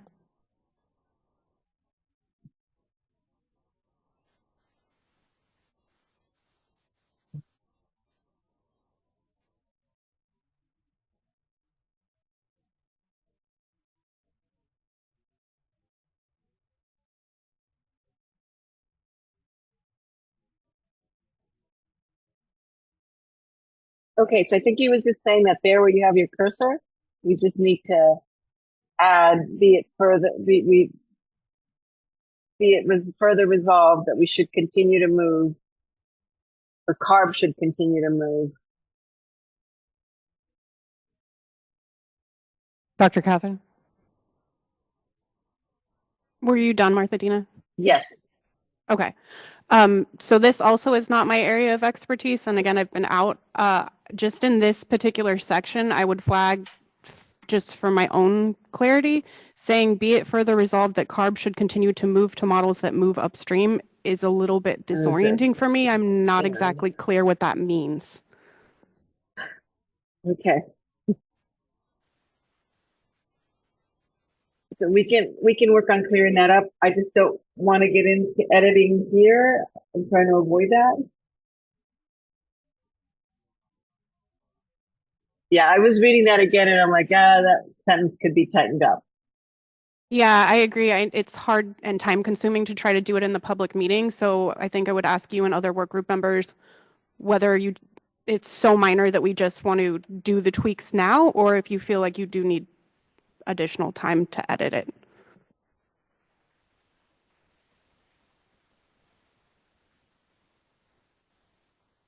I hate doing this, but I think we do need more time to edit.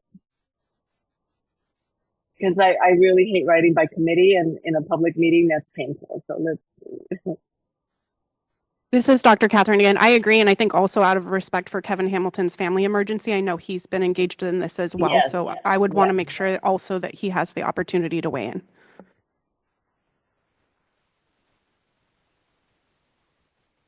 So it sounds like additional work from the subcommittee on this, and that we may bring this back also in the August meeting and possibly take action then. Yes. Wonderful. Okay, that concludes agenda item 11. Because we did not take action on that item, we will not take public comment on that item. We will have a general public comment period at the end of the meeting, so there's still an opportunity for public comment. But we would like to now move to, one moment.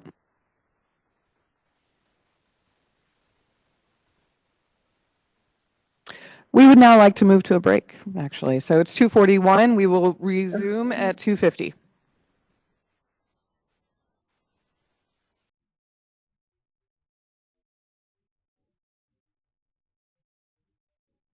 All right, let's resume. We will now move to agenda item number 14, the EJAC discussion on the cap and trade program draft amended resolution. I will turn it over to Dr. Catherine to lead that. Thank you to the Carbon Markets Work Group who worked with me to refine our resolution that we adopted over a year ago. As folks know, there are ongoing conversations in the legislature about updates to the cap and trade program related to its legislative renewal. And the Air Resources Board was due to undertake a rulemaking process, which it has delayed, I understand, partly in order to receive direction from the legislature. So as a work group, we felt that this was an important opportunity for us to continue internal discussion and make sure that our resolution is refined and also aligned with the larger collaborative of environmental justice groups, both inside and outside of EJAC, that are working on advocating for those necessary program reforms. So just to be clear logistically on this item, we are not set up to vote on the resolution for today. What you have before you is the resolution we previously adopted with sections that are highlighted in green or strike-throughs that are meant to highlight where changes in language have been made. So I'm just, again, going to kind of give some background and overview before we open it up to discussion. So we are not voting today. We are hoping to vote next month so that way we're ready for the joint meeting in September to be able to discuss this critical program with the board in our joint meeting. Also want to highlight and refresh everyone's memory, including myself, that in May we did have a discussion where I provided historical background on the cap and trade program. We discussed some of the necessary reforms, and we had a presentation from Dr. Michael Wara specifically about equity issues and some of the programs that help offset power bills for low-income households and how that may be reformed. So we also did make some effort to make sure our language in here was more specific. So again, the green highlighted or the strike-throughs are where we're recommending language changes. For the most part, the content remains the same. Our goal here was to sharpen and be more specific in the recommendations that we were making. So I'm not going to summarize every single change in here. Hopefully people have had time to review, and again, you'll have an opportunity to review and make additional recommendations next meeting.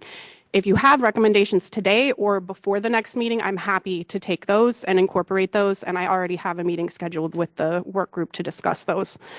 The one change that I did want to highlight is the very first one because it's actually a placeholder. What it says is add language on the ongoing costs of air pollution. I have some of this. Martha Dina has said that she has some that she'll share with me. And we have a really great public audience that regularly participates in this meeting. So along with this being an open invitation to EJAC members to share data and info with me that you think would be beneficial for this resolution, it's also an invitation to people in the public. I know there are a lot of experts out there that may have relevant data about the ongoing costs of air pollution and why our communities need investment and changes in the way that the cap and trade program works. I'm really easy to find on Google. You can just look up my name, but my email address is also catherine@calcleanair.org. And of course, we have public comment if people want to add. Otherwise, again, I'm going to just basically at this moment thank the work group members for helping me work on these refinements. Reiterate that I worked on it with the work group, and that includes folks who are not officially on the EJAC, but who play a major role in advocating for environmental justice improvements when it comes to the cap and trade program, and open it up for questions or comments from the committee about the proposed adjusted language if people have any other recommendations or clarifying questions.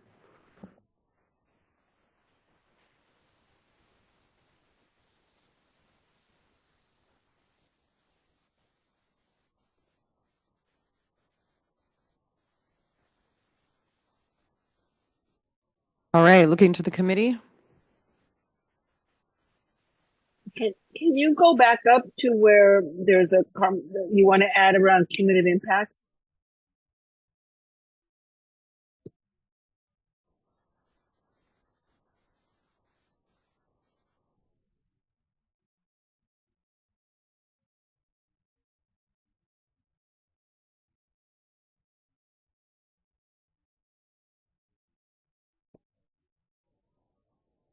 Mhm.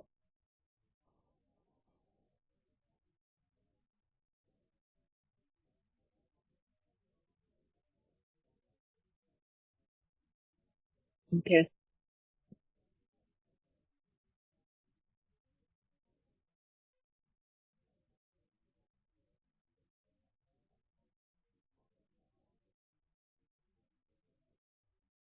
I'll also make one editorial note under sub-item IV of number 3, which is that right now it says ensuring backed and barked are implemented.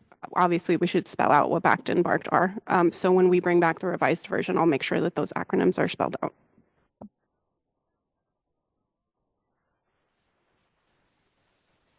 So I have a question. on this one, ensuring backed and bark are implemented at the largest sources. Sometimes there's backed and bark that's available that isn't being used or deployed for smaller sources. Do we want to just say major sources, or wherever there's backed and barked available? I don't know. Yeah. Yeah, we could also just take out add the largest sources. Yeah, and Right. just make it Let's ensure take that that backed out. and barked are implemented. That makes more sense. Yeah. Okay. We want backed and bark to be implemented to all sources that Yeah. qualify for backed and bark. Yeah, and I think similarly in the second part of the sentence, we can also say, and that permits and standards are reviewed every 5 years instead of 4 major sources. Because again, not only is it implied, but we want to make sure that we have the best permits and standards at all sources. This looks really good, Catherine.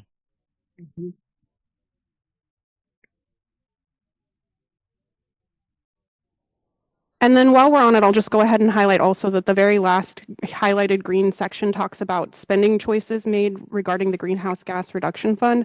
So again, we had language about this before. What we aimed to do here was make sure that we were talking about both the allowance value from utility allocations and direct investments in environmental justice households. So acknowledging that investments from the cap and trade program relate to the cost of utility bills, but also to making sure that our neighborhoods are receiving benefits.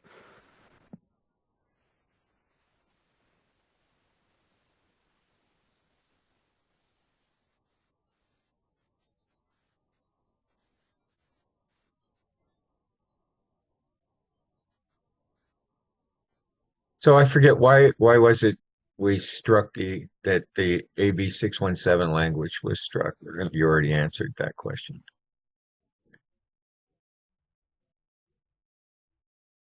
Yeah, so the reason that it's strike through is because the sections that are in green that offer the more details actually just replace it with more refined language. So again, you'll see a section in there that says ensuring backed and barked. You'll even see the original language and then the little arrows. That was originally the way that I was showing what the edits were, but the highlights in green should be the proposed language. Okay.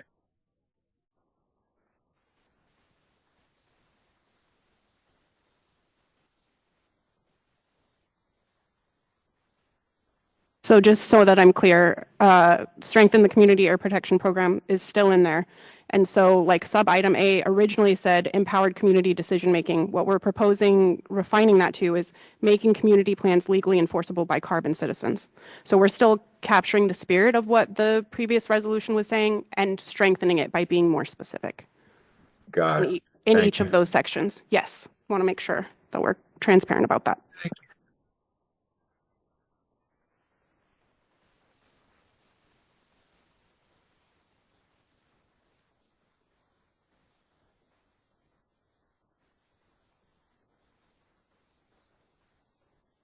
So definitely still open if committee members have other comments or questions on this. And again, just a reminder that we will bring it back for a vote next time. So if you have comments or questions after today's meeting, you can definitely feel free to reach out to me and I can take it back to the work group so that when we come back next month, what we have is a more finalized version. I also don't want to lose sight of the fact that at the beginning of the meeting, Martha Dina brought up the proposal of us sending a letter to the legislature about these recommendations. And so also just want to name that we had pinned that conversation for this item if committee members also have comments about that, which I am in support of. Yeah, I mean, I think so much of what's in this letter and also like, I mean, in this resolution is what should be the part of what we're communicating, but also tapping into some of the things that we presented during the 22 scoping plan, which was the EJ scenario and other things that we think are important for the legislature to know before they make decisions on reauthorization. Yeah, agreed. It's pretty much ready for final draft here, Catherine. Yep. So, I'm good with it.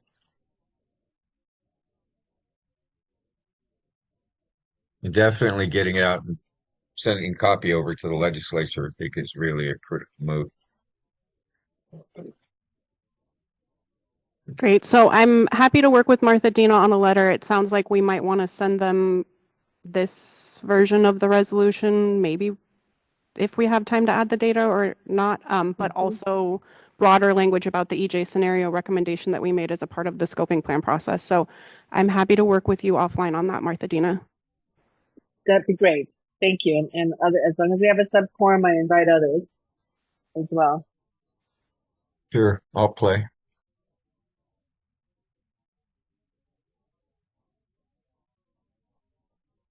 Now that we're at this phase,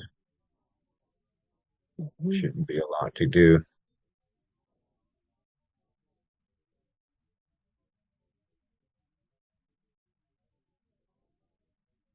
Sounds good. So I can convene a meeting with myself, Kevin Hamilton, and Martha Dina to discuss. So again, if another EJAC member would like to join us, they can join. And I'll also invite the other EJAC work group members that are not on the committee to make sure that we maintain a sub-quorum. But in that way, we'll be able to coordinate offline and putting together a letter.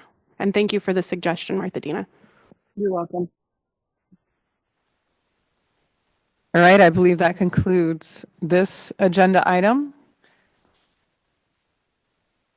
That's going to take us to our public comment period. This will serve as the public comment period for any of those agenda items along with a general public comment period. So if you'd like to make a comment, please step to the podium. If you are attending virtually, please raise your hand.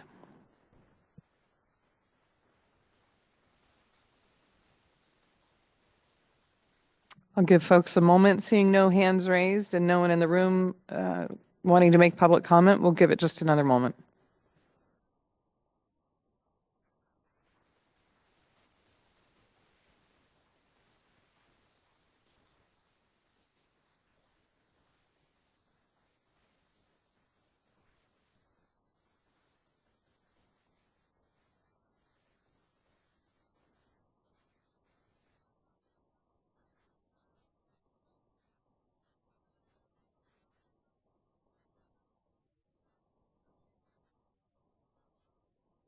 All right, still seeing no one in the room and no one online raising their hand. I thought I saw one hand. Did it? Do not have any hands currently raised.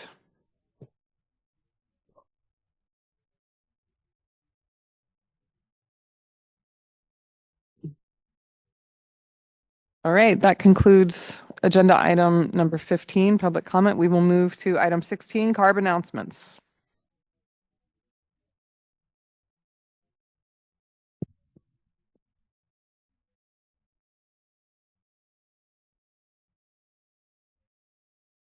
Thank you, Jane. Hi, everyone. My name is Christabel Komadu, EJAC staff in the Office of Environmental Justice, Tribal Affairs, and Border Relations. Thank you all so much for today's discussion. I would like to provide some announcements on upcoming events of interest for EJAC and public awareness. These upcoming events are listed in today's meeting agenda on CARB's EJAC webpage with links to the Gov delivery sent out publicly with further information. Staff have pulled this information up on the screen as well in table format so everyone can see what is upcoming.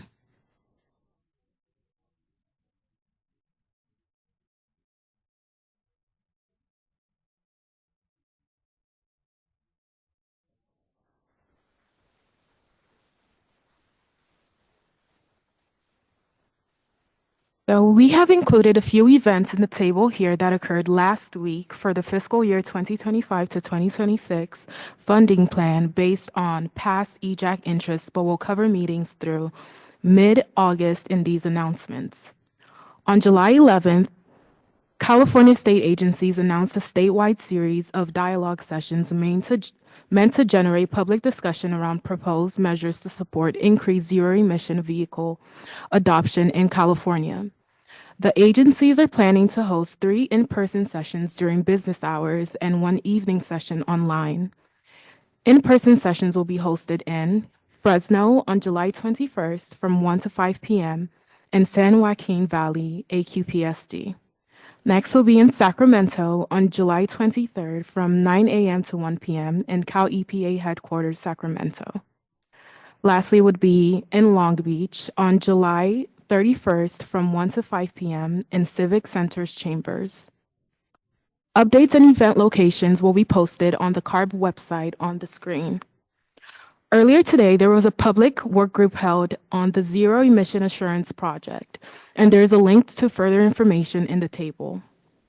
On July 22nd, from 1:30 p.m. to 3:30 p.m., a policy work group meeting will be held to discuss the fiscal year 2025 to 2026 Clean Truck and Bus Voucher Incentive Project, Clean Off-Road Equipment Voucher Incentive Project, Innovative Small E-Fleet Pilot, and the Long-Term Heavy-Duty Investment Strategy.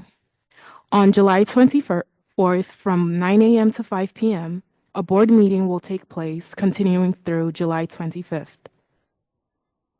On July 21st, no earlier than 4 p.m., a public meeting will be held to present the revised links and provide an update on the Community Air Protection Program Annual Progress Report.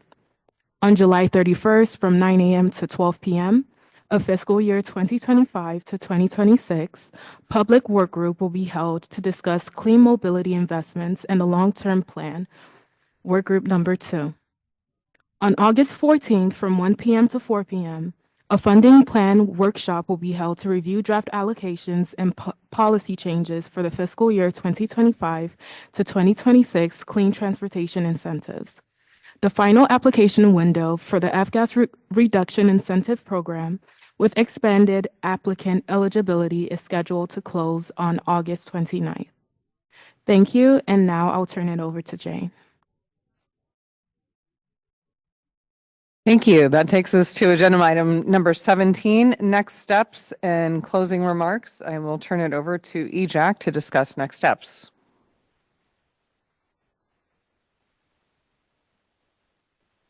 All right, so we have some things that will need to happen, absolutely need to happen by our next meeting, which is finalizing the resolution so we can take a vote, cleaning up their language, ensuring that we have input from some of the community partners who are deeply involved in particularly the building decarb and natural and working lands work, and drafting a letter that's going to go to the legislature. So we're going to need a work group empowered to do that because we need to do that before the next meeting. So is it okay if the letter comes from the co-chairs and we need to figure out a system for folks to weigh in without going beyond quorum? So if we can get some advice from legal on what I can and can't do. So propose that again, Marcelina. So we want to send a letter to the legislature, and can that letter come from just the co-chairs and we can send it out without having to wait to the next meeting where everybody could view it and sign off on it? And so and I normally would want as many eyes on the thing as possible, but I'm trying to stay in compliance with our rules. Yeah, so I think as a follow-up, this is Dr. Catherine. What my question would be, does it have to be just the two of us that sign it, or can we have anybody sign it in their organizational capacity, even if it goes over a quorum of EJAC? Because obviously we work with a lot of organizations that are very invested in this, including people who serve on EJAC, but we get into this gray area whether all of us can actually be on a letter or not. I'm clear on the fact that we have to have a subquorum in the work group. But in terms of who signs the letter, my preference would be allowing whoever wants to sign on to it to sign it. That may not be timely, though. But I would rather have the legal advice. Yeah. Sorry, what did you say, Martha Dina? I have a feeling, it's really timely and people are very anxious about what's going on. So I have a feeling, given that we've done so much work to vet the resolution, and if that's the bulk of what we're sending, I think we're in a good position, but I would love to hear from legal. If members of the EJAC can sign on, or even some of their staff can sign on as folks who work on climate. Okay. And so we have legal looking into this, and they will get back to you very quickly on this issue. They'll get back to the members of the subquorum, or at least the co-chairs, to make a determination. Additional discussion? That legal feedback would be appreciated, and otherwise I'll just follow up on Martha Dina's closing remarks by reiterating the commitment that I can help convene the work group discussion with Martha Dina, myself, Kevin Hamilton, and other non-EJAC members to work on the letter as rapidly as possible.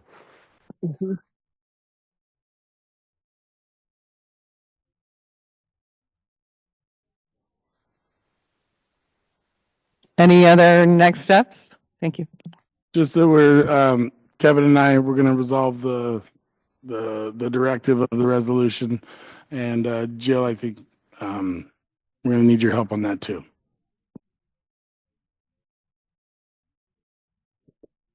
Yes.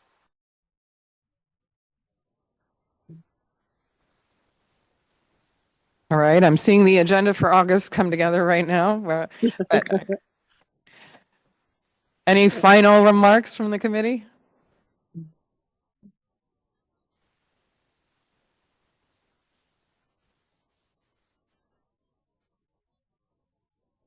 I just want to thank all the committee members.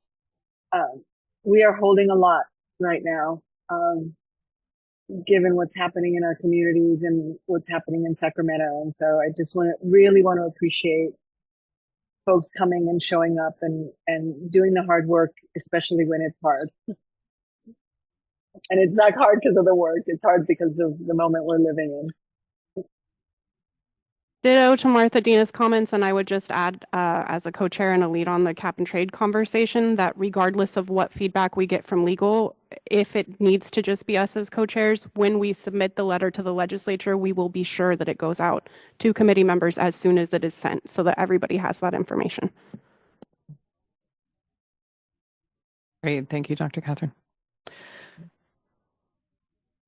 All right, with no other next steps or closing remarks, that concludes the meeting. The time is now 3:16 and we are adjourned. I'll see you in August.